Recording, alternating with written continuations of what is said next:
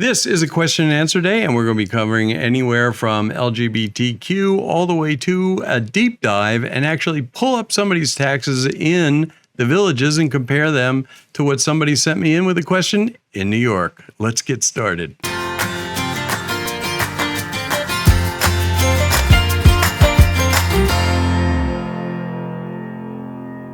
All right, let's go ahead and get started. And in case you don't know, my name is Rusty Nelson, and I started this YouTube channel. I'll put the link up above or below of the first one when I first made my first phone call to the sales office.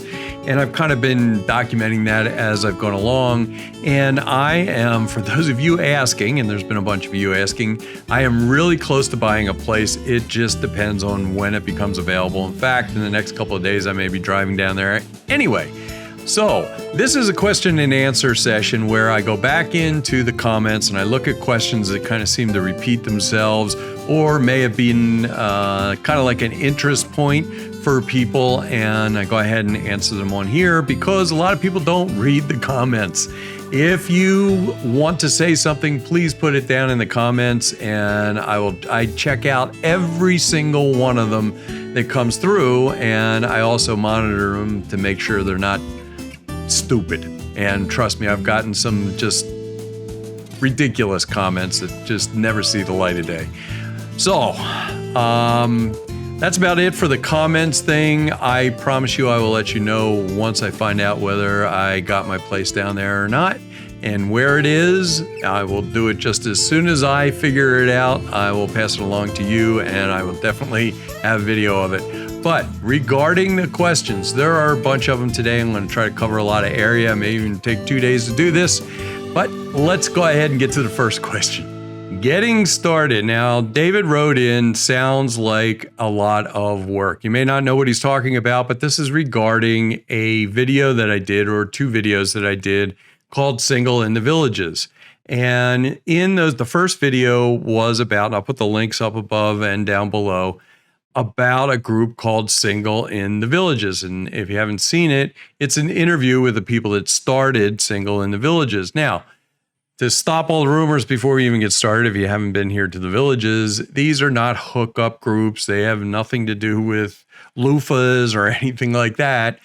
They're basically groups to allow singles to find people of like-kind interests to go out and do things. Now, this Single in the Villages, this one group, you can just go onto their Facebook page, and if you wanted to, you could go, hey, I'm organizing a dinner for 6 out to Bluefin. Does anybody want to go? Or you could be on the other end of that and just go on their Facebook page and say, wow, look at that. A bunch of people are going to the Equestrian Center on Saturday night. I'd like to go. So that's what it's about. David is, I think, making a jest at the fact that getting to know all these groups and getting to investigate all these groups is probably something that takes a lot of time, and that's probably true, but hopefully you have a lot of time while you're down there. That's for sure. But it is a lot of work. But just think what it would be like if you moved into a town, say in the middle of New York, you didn't have any of these groups. You wouldn't have that at your fingertips to go ahead and use. So anyway, yeah, David, it is a little bit of work. I admit, even for me when I was going there just to do this, but it was really interesting, and I met a lot of single people. On to the next question. Kind of along the same vein and regarding actually the same couple of videos, Kit wrote in wondering if single means not married versus not committed. I'm not sure the answer myself, and I'm sure each group kit is different. You got to kind of find out for yourself, and you'll get a feeling when you're there how that floats with each group. I did, regarding your question, I actually called up Nancy, who I did the interview with, because when we did the interview with her and Jeff, we were joking around. I was asking the question, well, what happens if you get married or you're moving in with a significant other? And it was kind of like, well, then there's no real purpose for the group, because simply that you're now a couple. And I don't know whether there was a definitive answer, but I think it kind of becomes a personal question.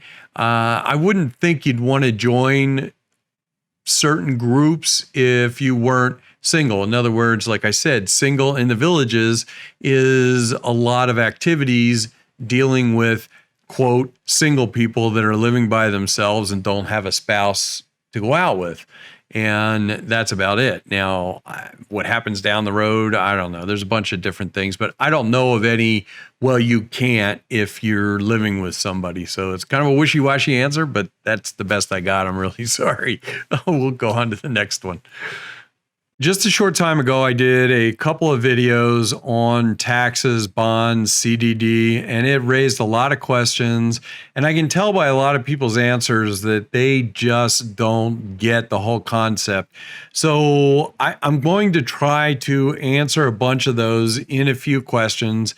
And I also reached out to the tax assessor, which thank you for them. They were like almost immediate in the response and a lot of help. So I'm going to read off their answers for you regarding this question right now that Laura wrote in. And she says, great practical information, Rusty. Thank you, Laura. I appreciate that. I would like to know how often homes are reassessed for tax purposes in the villages. I am in suburban Chicago, and my home value gets reassessed every 3 years. Last year, my property taxes jumped by 1,000%. Ouch. And blah, blah, blah, blah, blah, blah. Single family home, upwards of $2,000. My next reassessment is 23. Since the villages covers 3 counties, the reassessment schedule may be different for each county. She understands that. Thanks. Keep the tips coming. So let me explain something really quick. There is a statute with Florida that if you are homesteaded, now I'm going to read what the assessor wrote to me in a second.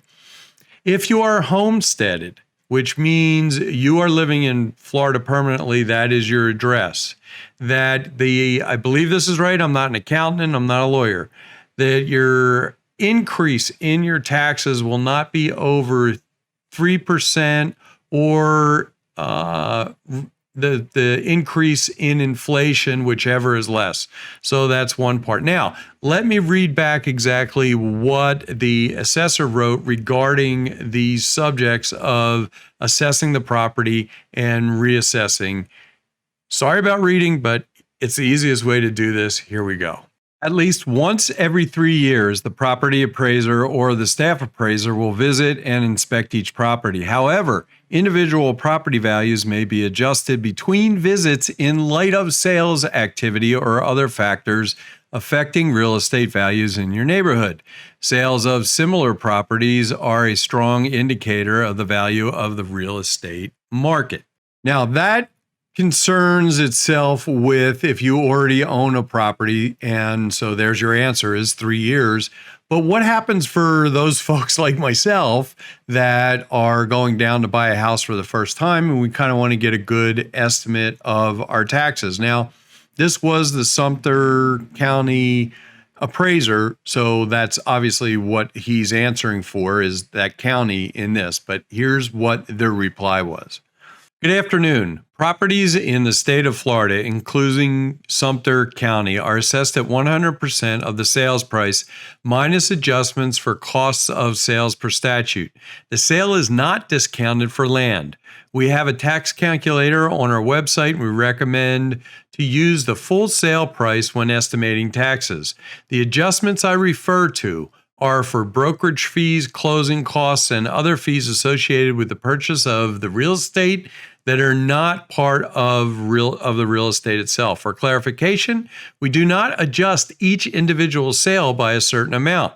We utilize mass appraisal methodology to adjust for said costs and determine assessments. That is why we recommend to utilize the full sale price to estimate the property tax. Well, that was a mouthful, that's for sure. And that was pretty dry. And I'm glad I'm done with it. But to surmise the whole thing, every 3 years is going to get reassessed unless something major happens. If you are homesteaded, then you will be capped at 3% or the inflation rate, whichever is less. And if you're looking to figure out your taxes on a new home, use their calculator, or you can just go in and look at the millage rate for your area. And I think we'll actually get to that in a second. I'm not sure, but use that as your basis, the full price of the house, because you'll probably be pleasantly surprised because it'll probably be a little bit less than that. Whew, let's go on to another question. I know everybody says, oh my God, the taxes are so horrible down in the villages and it just costs so much. Well, I got a question from Brian, and I'll read this here in a second. And I'm actually going to go and I'm going to dig in to the tax records and answer his question. And if you haven't seen, you can figure out how to do all this. If you haven't seen one of my other videos on the taxes and the CDD, you can do this yourself. But I'm going to do this for Brian. So Brian wrote in, I live on Long Island and taxes including flood insurance are $14,000 per year. I bought a house. If I bought a house in the villages, say for $350K, would all of these fees, taxes be under $14K benchmark? Well, you would think the way everybody talks that it wouldn't be. When I retire and move, we can live with $100 to $200 per month sticker shock. That's per month increase, but I do not want to expect a monthly payment of, let's say, $2K, and now it's $2,500 a month. Thank you, Rusty. So, Brian, what I'm going to do is I'm going to go out, find a house in the villages that is more than $350,000, and we're going to take a look at the taxes and see exactly how much they are. Here we go. This is the actual tax bill from somebody down in the southern area, actually in the Fenny area. And what I've done is I've redacted the names on there, although this is public information, so it's not something that I'm privileged to. I found a home, look right here, dead center in the middle, was sold for around $417,000, $418,000. Now, if you haven't seen my video on taxes, bonds, and CDD, you may want to take a look at it and you'll understand this. I'm not going to go through exactly what all this is. So I highly suggest, if you don't know, to go back and look at that video and you'll have it easily explained to you. But these are the ad valorem and the non-ad valorem taxes. So that includes the taxes from Sumter County, the school board, the city of Wildwood, and the water district. And the non-ad valorem, which is not based on the value of the property, your maintenance fee, your bond maintenance fee, whatever you decide to call it, your bond, and your fire assessment. Now, together, they add up into, let's see, $8,000 and some dollars. You can see up here, this includes, if you look up under exemption, that includes certain exemptions for homesteading for the school board and Sumter County. And that's why your taxable amount is $368 and $392. So it's well over that $350 that we were talking about.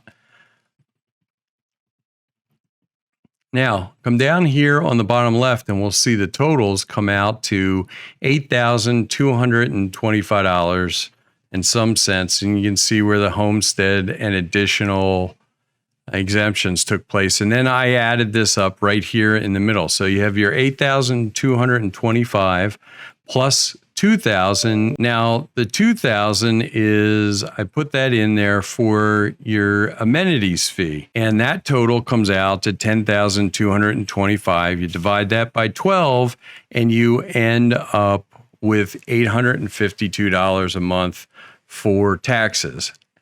I have a feeling that's going to help a lot of people understand exactly how much the taxes are. Now, it's pretty amazing. If you haven't seen this video, then you may want to go back and watch that. It's a short, quick tip video on the 2% rule as far as figuring out your taxes. So in this example, what we actually did is not only include taxes, we also included the amenity fee in the calculations. And it came out for a tax assessed home of around $370, $360, came out to about $10,000 a year, or $850 a month. Now, if you compare that to his amount, where he was talking 14,000 up north in New York, it's not that bad. So it depends on where you are and what you want. And speaking about what you want, this is kind of like my philosophy about buying down in the villages. Although the prices has always seemed to go up in these homes, so to speak, and I'm not a real estate agent, and I'm not telling you any advice, but for me, I look at it and I go, I'm investing in a way of life. You know, at my age, you may have 10 years, you may have 20 years, you may have 30 years left. Who knows? But if I'm investing in that way of life, I no longer really look at it as an investment in a piece of real estate, in real property. I'm looking at it at an investment in my quality of life in retirement. So it's kind of a little bit of a different focus. I hope that helped you out. I know it's going to clear it up for some people. Let's go ahead and jump on to the next question. This gets really frustrating, and this is the last time I'm going to cover this about the bond. From now on, if you write to me in the comments, I'm just going to put in the comments to watch one of these other videos. In fact, if you don't understand this, you need to go back and watch some of the other videos. For some reason, and I think we proved that it's not true by the last video, looking at a house that was, not the last video, but the last question, that was around 300 and some thousand. It was less than what this person had up in New York. Well, we're going to kind of revisit this a little bit here. In fact, somebody wrote in, but this Linda Sue writes in, bonds are a killer. Well, we just kind of proved that they're not a killer. It's, you know, here's somebody in New York, it's basically the same. Your taxes are basically the same. It may seem like it because you're not used to seeing these separate things spread out and you just get one lump check, but it really doesn't make any difference. All those pieces, whether they're separate or not, still make up the cake. So you're still going to pay for the bond. Here's the thing. You're going to pay to develop the land no matter what. That's it. And then Don writes in, true, why are the infrastructure costs not added to the sale price by the developer? Never heard of a separate fee in addition to the purchase price. Well, first of all, the Villages is not like any other place. Second of all, in Florida, they have a government system called a CDD. If you don't understand that, watch the other video I did. This CDD controls a bond in the beginning, and this money is taken out to develop the land. And you are eventually going to pay to develop that land. It's just as simple as that. When I was in California, they decided they were going to build a school and expand the local area. We got hit with a bond. So it's not unheard of. It's done a lot in Florida. And as we saw in the last one, it didn't cost any more. Now, here's somebody else that writes, let me grab this really quick. Here's somebody else that writes, Liz writes, the bond is the same as your cost for a building lot where you live in a town with water and sewer. So in other words, if you build a house someplace, right, unless you want a well and a septic tank, you have to have infrastructure to get there, get the water and everything else. $30,000 for an approved building lot where we live in Connecticut is cheap. A quarter-acre approved building lot in our area on average is $80,000 for the lot. Town property tax and school tax in our area on average is $8,000 annually for a $250,000 house. Jump back to the last video, the last question we just did. There was a $360,000 taxable assessment that the whole, including the bond and taxes and everything else, were only about $8,200. So what you're saying here doesn't hold water. She does go on to say here something that you may want to think about. When you buy a home in the Villages, and plan to retire there full time, you can include your bond amount into the residential mortgage, which today is around 2.9%. Well, I don't think you can do that.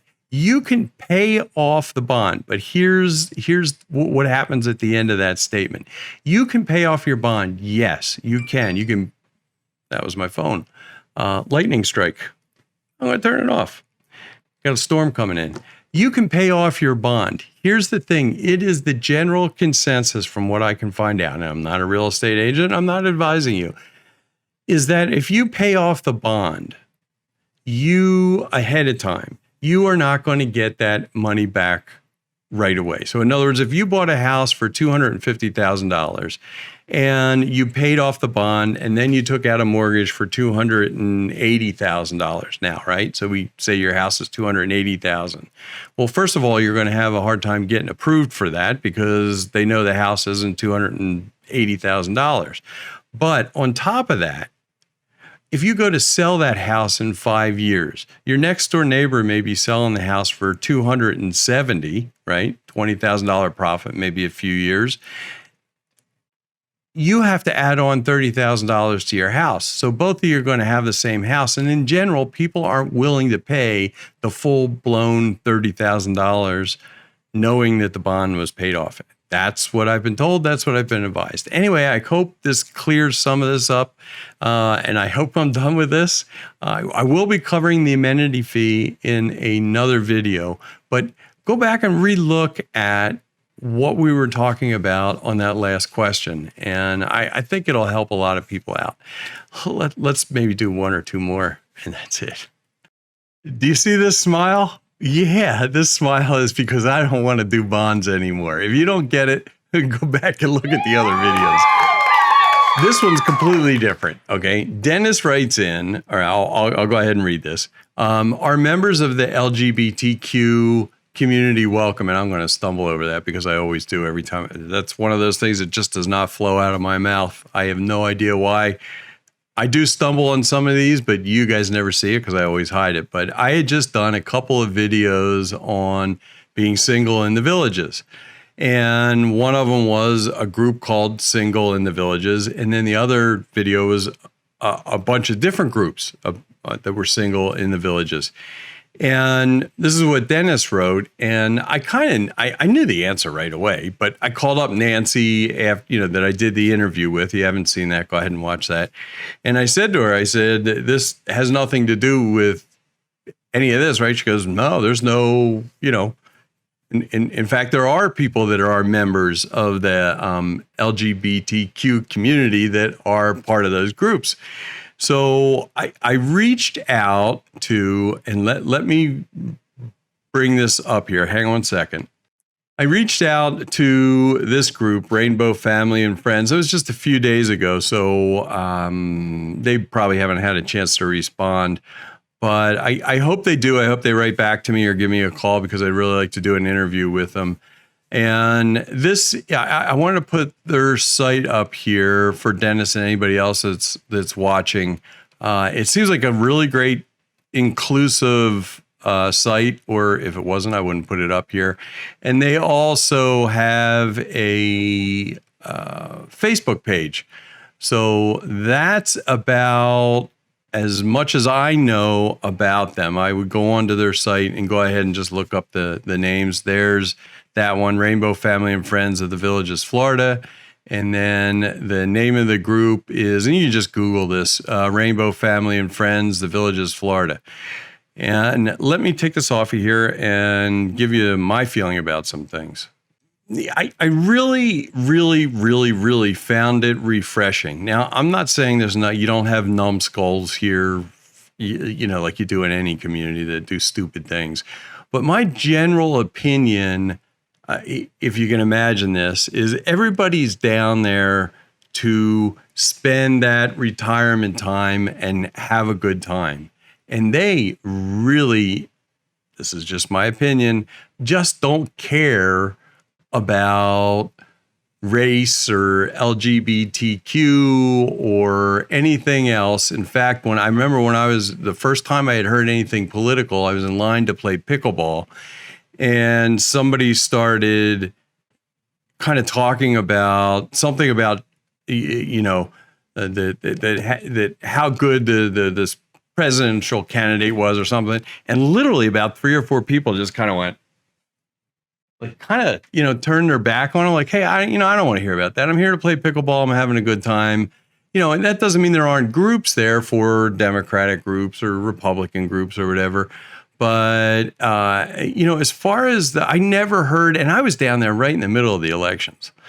And except for the parades and that kind of stuff, after that was over, I never really heard anything about it. It just wasn't a subject that people brought up out in the open. So in the bars and restaurants and everything else, just didn't hear about it. So as far as I know, and after talking to some people, the LGBTQ community is very well accepted down there. And, please write to me, put down in the comments. Now, I'm not going to let anything stupid go down there.